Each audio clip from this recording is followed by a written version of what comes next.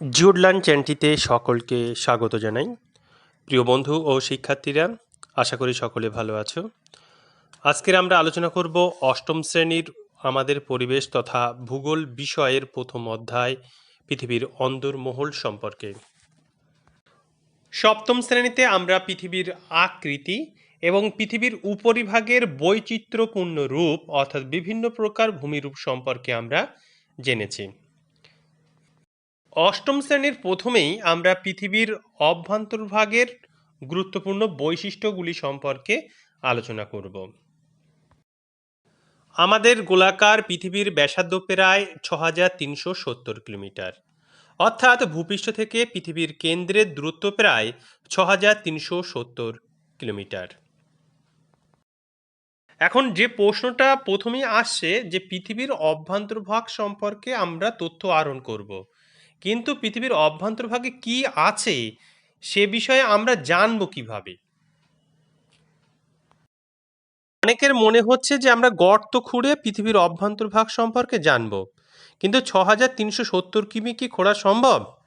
সম্ভব না।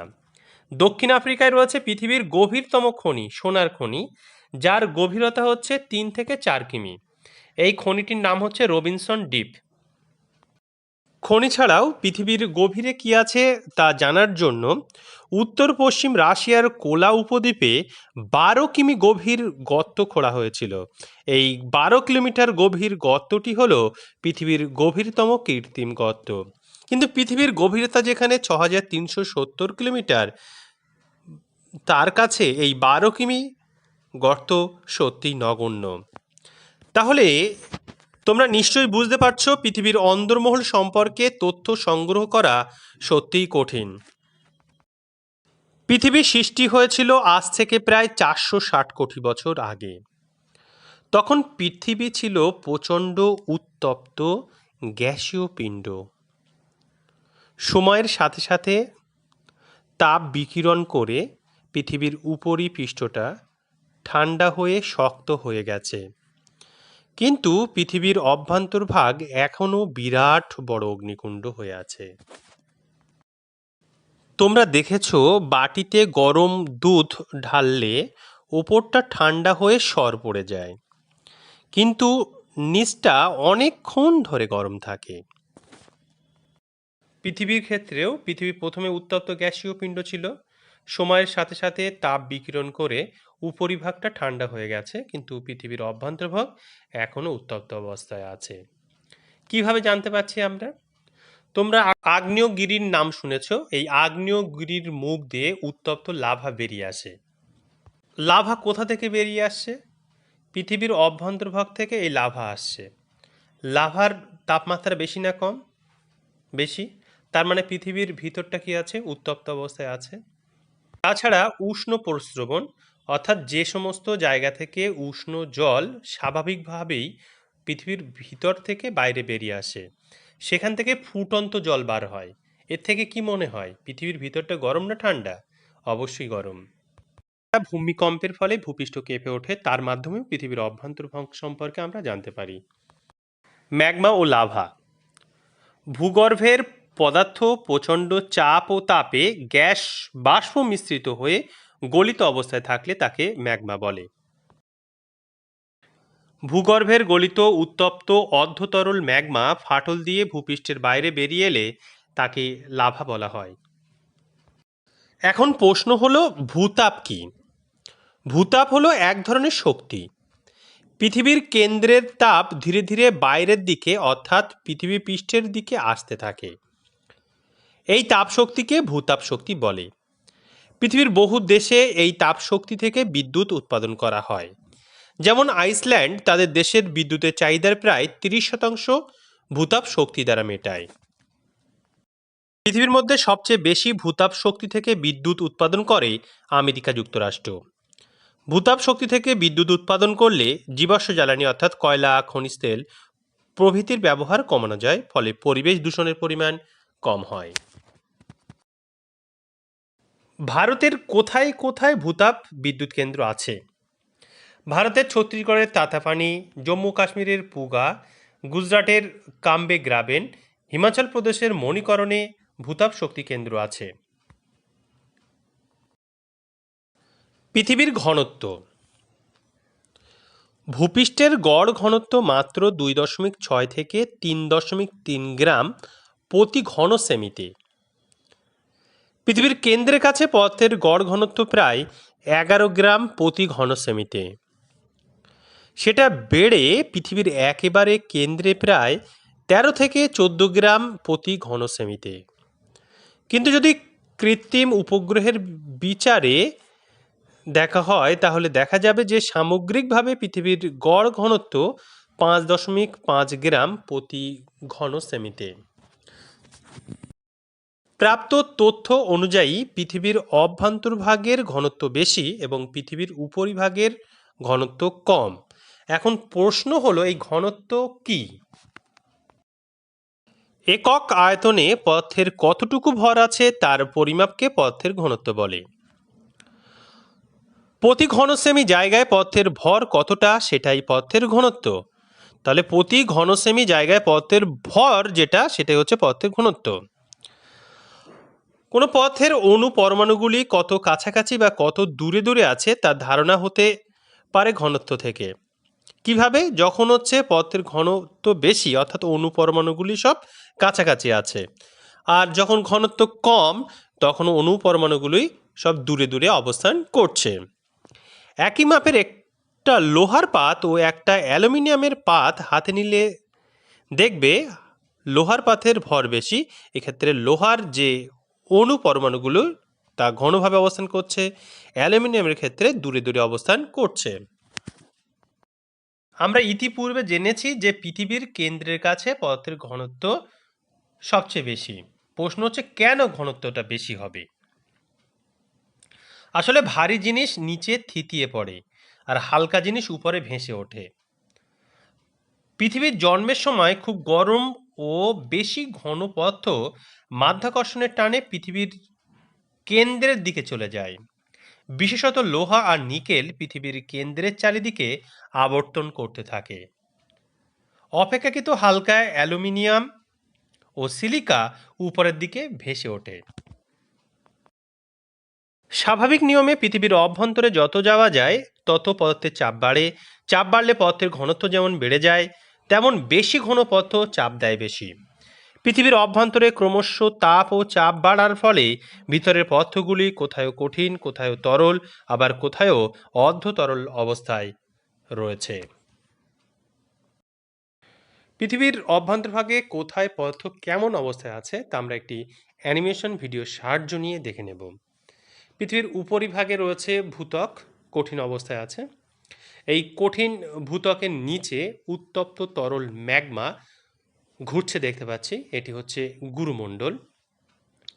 এখানে উত্তপ্ত ম্যাগমা পরিচলন স্রোত লক্ষ্য করা যাচ্ছে। উত্তপ্ত ম্যাগমার পরিচলন স্রোত লক্ষ্য করছি গুরুমণ্ডলে, এবং তার নিচে অর্থাৎ পৃথিবীর কেন্দ্রে রয়েছে কেন্দ্রমণ্ডল।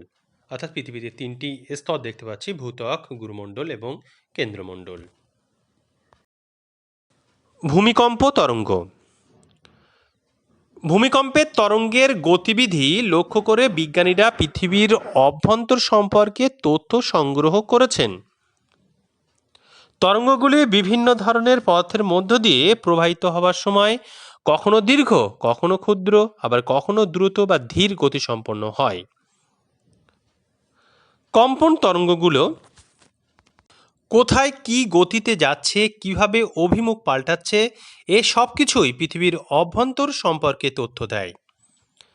ভূমিকম্পের পি তরঙ্গ ভূ অভ্যন্তরের কঠিন তরল যে কোনো মাধ্যমের মধ্য দিয়ে প্রবাহিত হতে পারে, কিন্তু এস তরঙ্গ তরল বা অর্ধ তরল মাধ্যমের মধ্য দিয়ে প্রবাহিত হতে পারে না। ভূমিকম্প তরঙ্গের এই আলাদা আলাদা বৈশিষ্ট্যের উপর ভিত্তি করেই পৃথিবীর অভ্যন্তরভাগের বিভিন্ন তথ্য আমরা পাই।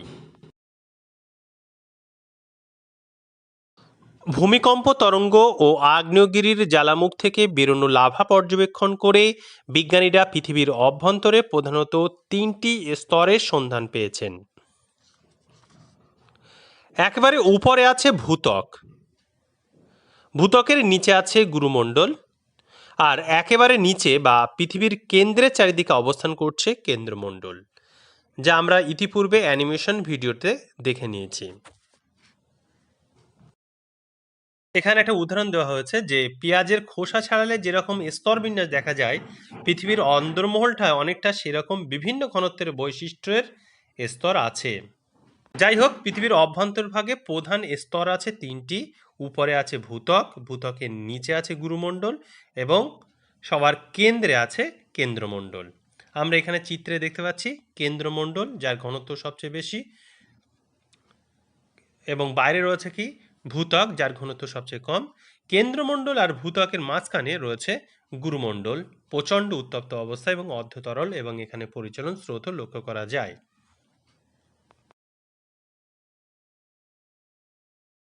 ভূত্বক।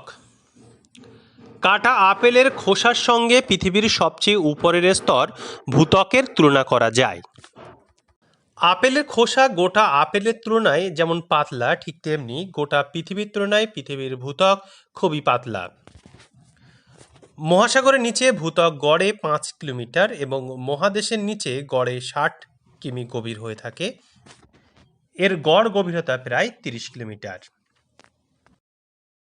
ভূত্বক দুটি ভাগে বিভক্ত, একটির নাম হচ্ছে সীমা স্তর, আরেকটি নাম হচ্ছে শিয়াল স্তর। মহাসাগরের নিচে প্রধানত সিলিকন আর ম্যাগনেসিয়াম দিয়ে তৈরি স্তরটিকে সীমা বলা হয়। এই স্তর তুলনায় ভারী, প্রধানত ব্যাসল্ট জাতীয় আগ্নেয়শিলা দ্বারা গঠিত। এর ঘনত্ব 2.9 গ্রাম প্রতি ঘনসেমিতে। অন্যদিকে মহাদেশের নিচে প্রধানত সিলিকন আর অ্যালুমিনিয়াম দিয়ে তৈরি ভূত্বকের ওপরের স্তরটি হল শিয়াল স্তর, অর্থাৎ ভূত্বকের দুটি স্তরের মধ্যে শিয়াল স্তরটি উপরের অংশ, সীমা স্তরটি ভূত্বকের নিচের অংশ। শিয়াল স্তরটি গ্রানাইট জাতীয় আগ্নেয়শিলা দ্বারা তৈরি। এই স্তর সীমার চেয়ে হালকা এবং একটানা নয়। সমুদ্রের নিচে এই স্তর লক্ষ্য করা যায় না। সীমা বা মহাসাগরীয় ভূত্বকের উপর শিয়াল অবস্থান করে। পৃথিবীর শিয়াল স্তরটি পৃথিবীর সবচেয়ে বাইরের স্তর, অত্যন্ত পাতলা স্তর। ভূত্বকের শিলা নানা খনিজ সম্পদে এই স্তরটি সমৃদ্ধ। ভূত্বকের একেবারে উপরে আছে মাটি। তাহলে আমরা জানলাম পৃথিবীর একেবারে উপরের স্তরটির নাম হলো ভূত্বক। ভূত্বক দুটি ভাগে বিভক্ত, শিয়াল স্তর এবং সীমা স্তর। ভূত্বকের বেশিরভাগ অংশ জুড়ে আছে অক্সিজেন, প্রায় 47%। বায়ুমণ্ডলের চেয়ে অনেক বেশি অক্সিজেন পৃথিবীর ভূত্বকের সঙ্গে নানা রাসায়নিক অবস্থায় মিশে আছে। ভূত্বকের দ্বিতীয় প্রধান উপাদান হল সিলিকন। প্রথমে আমরা ভূত্বক সম্পর্কে জানলাম। এরপরে ভূত্বকের পরে পৃথিবীর অভ্যন্তরে প্রায় 2900 কিমি পর্যন্ত একই ঘনত্বযুক্ত স্তর আছে, যা গুরুমণ্ডল নামে পরিচিত। অর্থাৎ ভূত্বকের পর থেকে 2900 কিমি গভীরতা পর্যন্ত যে একই ঘনত্বযুক্ত স্তরটি আছে তা গুরুমণ্ডল নামে পরিচিত। গুরুমণ্ডল স্তরটির উষ্ণতা 2000 ডিগ্রি সেলসিয়াস থেকে 3000 ডিগ্রি সেলসিয়াস পর্যন্ত হয়। এখানে পদার্থের ঘনত্ব 3.4 থেকে 5.6 গ্রাম প্রতি ঘনসেমিতে, এবং এই স্তর প্রধানত লোহা, নিকেল, ক্রোমিয়াম, ম্যাগনেসিয়াম ও সিলিকন দ্বারা গঠিত। গুরুমণ্ডল স্তরটি ভূত্বকের পর থেকে 2900 কিমি পর্যন্ত বিস্তৃত। এই স্তরের উষ্ণতা 2000 থেকে 3000 ডিগ্রি সেলসিয়াস, এবং এখানে পদার্থের ঘনত্ব 3.4 থেকে 5.6 গ্রাম প্রতি ঘনসেমিতে। গুরুমণ্ডলের 30 থেকে 700 কিমি পর্যন্ত অংশে ক্রোমিয়াম, লোহা, সিলিকন, ম্যাগনেসিয়ামের প্রাধান্য দেখা যায়, তাই একে ক্রোফে সীমা বলা হয়। আর গুরুমণ্ডলের 700 থেকে 2900 কিমি পর্যন্ত অংশে নিকেল, লোহা, সিলিকন ও ম্যাগনেসিয়ামের আধিক্যের জন্য এই স্তরকে নিফেসিমা বলে। নামকরণ: ক্রোফেসিমা CRO, এখানে ক্রোমিয়াম, Fe লোহা, Si nickel, Ma magnesium. Nifesima Bangla হচ্ছে Ni নিকেল, Fe লোহা, Si সিলিকন, Ma থেকে হচ্ছে ম্যাগনেসিয়াম।